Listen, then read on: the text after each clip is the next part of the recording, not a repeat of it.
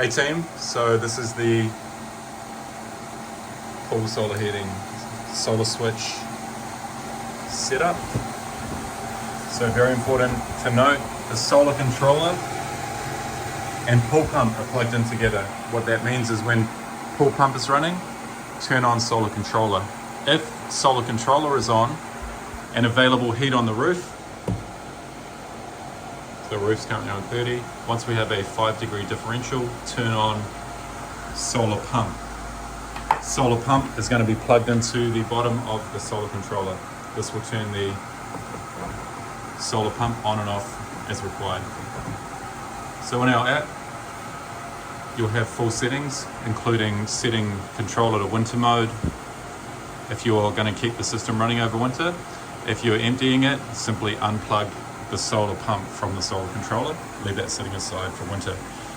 When we winterize, we make sure that our valves are open currently. It's in our open position. And then our solar return, this is during the season, our solar return is going to be partially closed, back pressure on the solar line. For winter, we close all these valves. This one will be in the with the line position, so going with the line. This one here will do a full 180. It's currently open.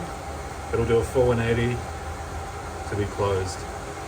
And then our delivery to the solar pump will be simply in the closed position to the line here. We note this is different to irrigation. So with the line is closed, and then across the line is open.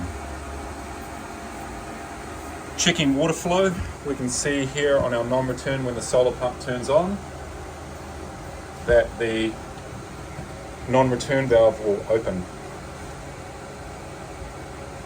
Let's go to starter. Chucking into full power. So we're currently going to test the solar pump into full power.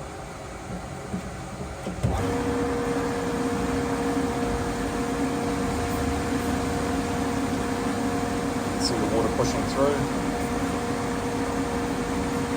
So any questions regarding the solar, just give the team a call. Details in the description below. And remembering when we turn on the solar, we'll get a rush of water with the air back into the pool. Once we're in season, we'll change our timer settings to be full daylight hours. So probably 9 a.m. through to about 7 or 8 p.m.